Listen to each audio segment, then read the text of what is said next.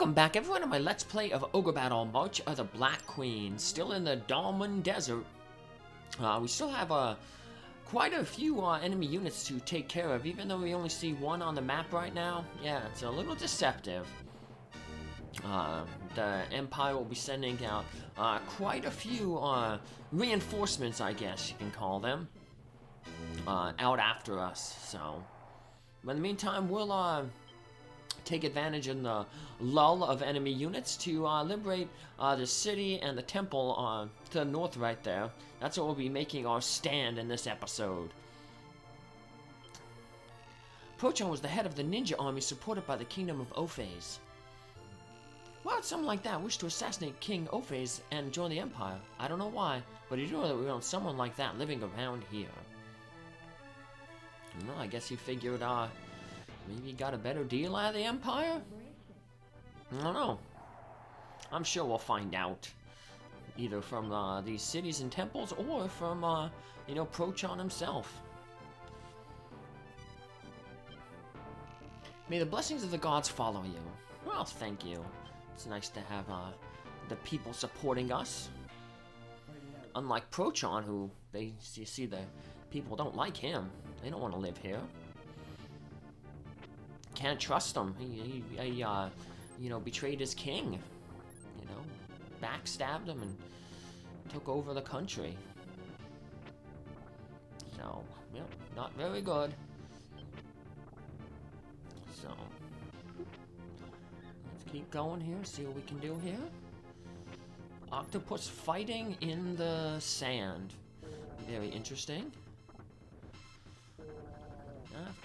Alright, we finished it off. I was going to say, if we don't finish this unit off, I think we have another unit behind it that could take over for us. Yeah, it would have bounced back to Luke's unit there. Let's move Luke up here, closer to the front line of the action, especially now that it's nighttime and the vampire in his unit is able to fight rather than just sit around and be that coffin. And speaking of vampires, do we all know why Dracula's wife couldn't get a good night's sleep? Because of her husband's coffin. I'm actually listening to the audiobook of Bram Stoker's Dracula right now. Took it out of the library. I found that's a good way for me to keep consuming books while I'm driving. So, don't have as much time as I did when I was a kid, obviously, you know, with responsibilities to do reading. As I said in the last episode, I read a lot of Star Wars novels.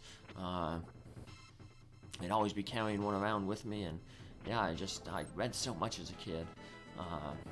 But now I just don't have necessarily the time. Not that I don't necessarily enjoy reading. I still enjoy reading, but you know, with work responsibilities, with the pets and the gym and the Zumba, you know, bar, takes a lot of free time that I used to be able to devote to reading away. So, actually had my bar and Zumba class today. First time in a while I had bar. May 16th and the 23rd, our bar instructor was away on vacation up to New York, and then on the 30th was obviously Memorial Day. So we had a lot of days where we didn't have 3 days, no bar class. So I'm sure I'll be sore tomorrow. It's amazing how just using like body weight exercises, how sore you can get from that. So our bar classes a little different than typical bar classes. Our instructor was a ballerina, so much of the class is doing like ballet type moves and stuff. So I know my positions, like my feet positions, my arm positions that accompany them, first through fifth. You know, and then like some ballet terms like attitude, arabesque, changement, développé. So definitely have a new appreciation for what those folks go through. So Aw, we lost the battle. But, uh-oh, this might be bad. That, I think they're gonna go right to that temple, and they're a flying unit. So, uh-oh. Are we gonna lose the temple? Yo, boo. So our reputation dropped a little bit. So, yeah, not good. But we're still very, very high reputation-wise, so shouldn't affect us too much. We'll get the max reputation anyway. And of course, we won't actually finish the game with max reputation, because, well, I don't want to spoil it. I know I spoiled a lot of things over the course of this playthrough, but the reason why, remember when I had to reshoot the Antalgia revisit, I just used the save from the end game, and you were able to see that, you know, I didn't have the max reputation, but there's a reason for that. But yeah, we lost again, but well, we aren't in danger of having that temple taken over anymore because the Empire already got it. But will they head back to that temple to refresh their losses? Seems like it's a bad unit for that Golem unit lost twice in a row now, so seems like it's a bad matchup for them. So I wonder where that ninja unit is going. Looks like it's heading over to that one city that we never liberated. It's not heading southeast toward Orpheus. Normally, like I said, they'd make a beeline toward Orpheus or a beeline toward the rebel base. I don't know what that unit is doing. Maybe it's going over to the city to get new characters. Hey, we got a fortune card. What do we get? 1 through up 1 only. We can get up to, like I said, when it's good, we can get up to +3.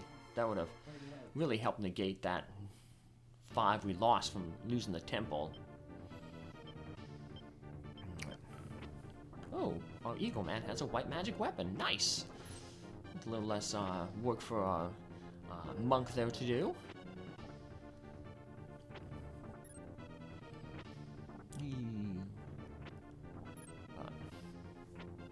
Finish off. Should finish off these. No, we won't. Let's see. If I thought that the ice giant there would do a little bit more damage, but yeah, it's all right. We'll send Luke after them. They'll be moving slow, being a plains unit through the desert. We have the high terrain, so even Bancroft's unit can go after them. No, but they need to heal really bad. We might have to divert Luke's path there. We don't want them to fight that samurai unit. Not necessarily a bad fight, but we're more concerned. We don't want to potentially fight that fight, lose the battle, and then lose track of this this character. Much rather take him out, and then we can just do like a U-turn and head back, and we can cut off that samurai unit, hit him from behind, or move forward to go that demon unit there. This undead unit may actually be a pretty good unit for to fight that samurai unit. Being that the Ananuki attack is physical, they may actually target the undead with it, and if that's the case, it won't matter that that thing can deal a ton of damage, because it won't deal any damage to the undead. So it all depends, of course, on what the characters that unit's tactics are set to. So we will see. Like I said, we'll just have to wait until we get into the thing. Luckily, even though it's starting to turn to daylight, we still have a little bit of night left over that our vampire is not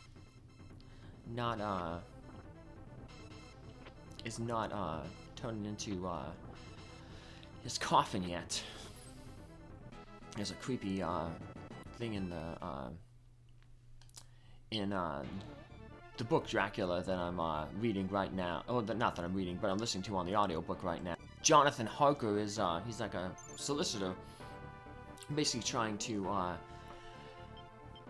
arranged for Count Dracula to get a place in London, and he's basically doing the business arrangement there.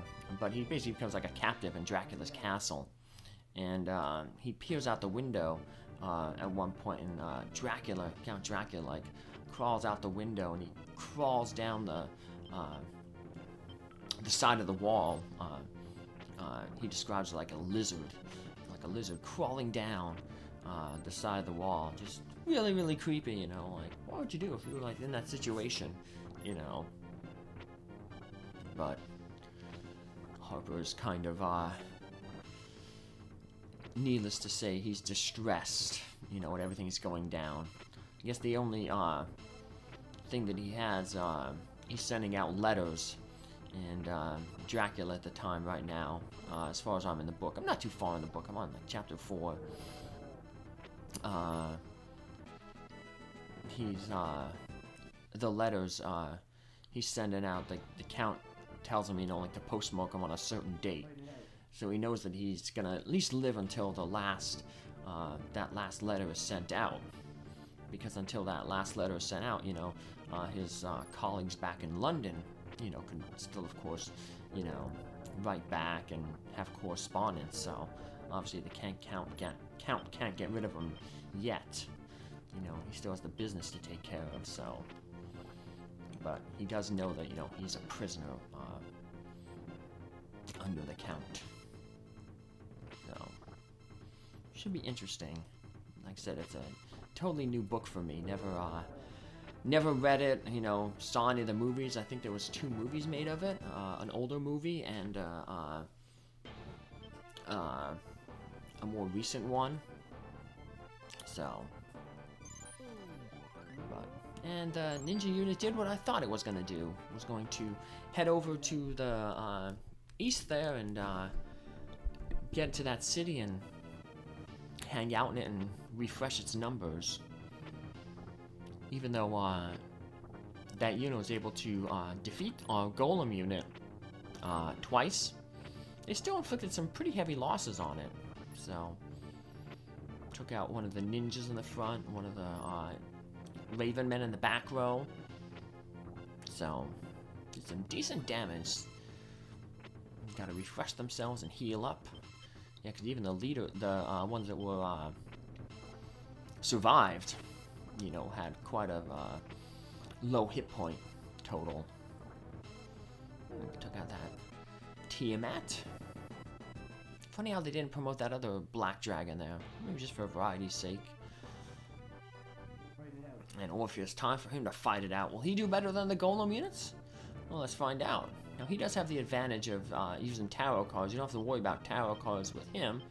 Because, you know, hey, if they, the tarot cards work, and, you know, defeat any of the enemies, it's not like we're worried, because Orpheus will gain the experience anyway, whether his attack defeats the enemy or the tarot card attack defeats the enemy. So, well, now even if we lose this battle because of damage, this is going to turn into a skull unit and start retreating back. Maybe it'll retreat back to where our golem unit will be in. We'll get some revenge. And we won, surprisingly. Nice. Even though our griffin there took quite a bit of a hurting. So, we can put our... I was thinking about putting the griffin in the back row there, maybe doing like a hit and run, but... we don't know. Could still be dangerous. Those eagle men... I mean, the Raven men in the back row can still target it with their Inferno spells, and the ninjas are still alive to hit it. So, well, we took care of that retreating red dragon, so that was good. And big open expanse there. And of course, where there's a big open expanse, there's probably something hidden there. And this is a tough map to find hidden areas, hidden temples, and treasures and stuff like that. Because, as you see, it's pretty much all desert. So you really have to... I mean, there's some little telltales, like some rocks and stuff like that, rock formations. But it's still kind of difficult to find where things are. So, if you're following along, it would be good to like maybe get a map, or just like look where Orpheus finds the treasure in the hidden temples and cities, and just replicate it in your own playthrough. Sadly, the version I'm playing on the Wii, obviously it's not available anymore because they shut down the Wii eShop. Now they're shutting down the Wii U and the Nintendo 3DS eShops too. I think they're getting shut down next year, so 2023. So yeah, if you but I of course don't have any of those platform. Well, I do have the 3DS, but I don't really. I don't. I had a few gift cards that I bought a few games with for that, but since I don't really go and buy games on that, so I mainly got it because my friend, she had one, and whenever we go to Target, they had the little stand that they had the stand where the Wii U was out. Was just like the new big thing, and one of the games on it was called NES Remix. It was basically like old little Nintendo games. You played mini games with them basically. It'd be like take a Nintendo game like Mario Brothers or something, and you'd have to beat it a certain amount of time. And depending on how fast you did it, you can get 1 to 3 stars, and if you did it really, really good, you can get these rainbow stars. Well, they have the little demo on at the Target store, and she just loves shopping at Target. And I'm, I guess, a typical guy. I'm not really big into shopping, So she would like want to go and look at all those stuff and all, and I'd be like, I'll just go, hang out. Do you need me to hang out with you? No, I'm okay. I'm gonna go like hang out at like the, the electronics place, and I'd go and I'd play Nintendo Remix, the NES Remix, and I'd always be just playing it there to try to get the rainbow stars, all the rainbow stars. She's like, you played that game like so much, and actually it came out for the DS. There's actually 2 games, like NES Remix 1 and then NES Remix 2 for the Wii U. But they took like kind of the best of those games and combined them to make Ultimate NES Remix for the 3DS. So I ended up getting that for I ended up getting those that game for 3DS, and then the other game I got for it. Another reason, one of the games to get was Yoshi's Woolly World, which is like an adorably cute game. It's like Yoshi from Mario Brothers. He appeared in Super Mario World. He's the green dinosaur. Well, the initial one is a green dinosaur. There's a bunch of different colors. There's a red Yoshi, a blue Yoshi, and a yellow Yoshi. So 4 different colors. But this Yoshi's Woolly World, it's like Yoshi, but he's like all yarn, and it's kind of like just a Super Mario game, but you run around, and it was perfect for me because like it's not a difficult game because it's kind of like built for kids. I mean, there's a few tough stages in it, but it's kind of built for kids, and so it's not super challenging. Like I'm not really great at platforming games, but this was, the difficulty was just right for me. And there was like a ton of collectibles, and like each individual stage had its own like sub goals within it. Like you can find 20 little stamps, and you get them by there's these jewels that you collect, and certain jewels had hidden stamps in them. So if you wanted to 100% the game, you had to get like all the stamps. And then there was these flowers. There were 5 of them in each level, so you'd have to get all the flowers. And then another goal for the level was to, if you can beat it with full 20 hearts, you got like little hearts, and that was basically your life. So if you like took a hit, you'd lose some hearts, and there's only a certain amount of hearts that you can get in the stage. Usually had like maybe 3 refresh points in the stage where you can get like 5 hearts each time you hit one of those refreshing points. So there was a lot to do in the game, and it wasn't all that challenging, but it was, it was fun, it was cute, and the challenges were more than enough to, keep you coming back to play it over and over again, especially for someone like me who likes the 100% games. So maybe one day I'll play it on stream here, but you'd have to get a 3DS capture card.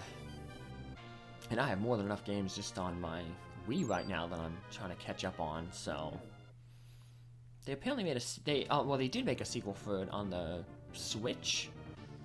I think it was the Switch. Might have been the Wii U. I'm not sure. Yoshi's Crafted World, which is a similar thing, but instead of basically having the world made of yarn and wool, it was made out of like kids' crafting materials. So there'd be like, paper towel tubes and boxes cut up, so very creative.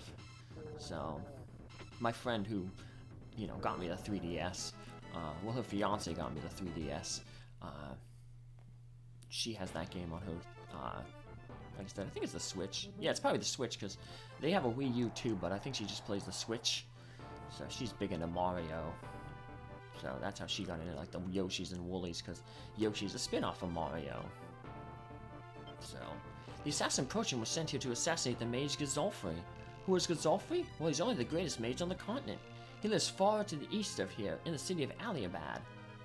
Well, now we know that, hey, like, I was mentioning with Star Wars, that, power seems to be hereditary and runs in family lines. Well, it looks like he inherited his family's power, passed down through him. Remember, he is a descendant of one of the 12 mages who fought along the 3 High Knights to finally defeat the Ogres in the final battle, in the Ogre battle, at the Castellation Sea. And thankfully, our Golem finally did some damage and hit. I was afraid because the Iron Golem missed twice and the regular Golem missed one there. It's like, oh no, this is not going well. But yeah, they came through at the end, so nice. So man, our units are kind of hurting here. Remember at the beginning of this episode, I was like, we've been doing really good against the enemy, but now we're getting to a point where we're taking a lot of damage. But I guess that's maybe to be expected. Remember, as you get closer to the enemy's base, I guess you can say they get into a panic mode. They start releasing their units much, much quicker in an attempt to, overwhelm your army and your forces that are advancing. So, naturally, of course, we're going to run into... There's going to be less downtime between when we defeat an enemy unit and when another reinforcement comes to take its place. Alright. Hopefully we can, that's good. Better that they heal up at the beginning there. So now I was gonna say that now the monk will, the shaman will heal herself. But now the front row shaman is the weakest now. Stank that our golem missed. Otherwise we'd probably be able to take, we would have been able to take that shaman out. Oh, watch, we couldn't do it again. We miss again. It's like we can't land consecutive hits. It's like, you ever watch, baseball? Sometimes, you get frustrated because, your team is playing and, whatchamacallit, your team is playing and, they're getting hits, but they're not getting hits at the right time. It's called, leaving a man stranded on base. So, you got to get those consecutive hits. You got to get your guy to first base, then have another hit to, drive him to second or third, and then, have the third hit sometime in that inning to drive him home. Getting one hit here, leaving a man stranded, it's not going to help you out in the end. It's not going to score the runs. So, I don't have TV, so I don't get to watch baseball, but sometimes I'll occasionally catch it on the radio. I'm very close to Norfolk, where the Norfolk Tides play, and they're basically the AAA affiliate of the Baltimore Orioles. So basically, what's their logo? Tomorrow stars today, is what they say. Because basically, you know, at any time, one of these guys who are playing down here at the AAA ball for the Norfolk Tides, you know, can be called up to, you know, fill in a gap, you know, in the Orioles organization, you know. And sometimes, you know, it's vice versa too. Like if you have a guy in the Orioles who's, you know, a good major leaguer, but say he gets injured, you know, a pitcher may, you know, needs surgery or hurts his arm, or, you know, even another player gets hurt, you know, and then you need to rehab their injury. Well, rather than send them, you know, to the Wolves, you know, where they'll put him back in the minors, you know, where he can, you know, rehab his injury and, you know, get some of that confidence back, you know. Because even though, like, the AAA players are, you know, the top, like, 99, you know, 0.5% in the world, you know, then, like, the guys in the majors are the top, like, 99.9% in the world. You know, so even that slight little difference, you know, although it's like the average person, like, you know, a guy who can throw, like, 92 isn't that much difference than a guy who can throw 90, you know, like, you know, 88, but, you know, those guys have such amazing, you know, reflexes and skills, you know, the talent to be able to react to a ball, coming so fast. Just, special talent. But yeah, I go there, to the Norfolk Tides to, during Bargain the Park, which is their, usually a, twice-a-year event where they allow you to bring your, dog to the park to watch the baseball game. You pay a ticket, $5 to get your dog into the game, and all the proceeds that they make goes to the Virginia Beach SPCA. So it's a way to, you know, get out there, socialize, catch a game, and you know, support a good charity in the SPCA. So that's where I got my second rat from, Miss Twilight Sparkle. She was a very, very mean rat. She really bonded to me.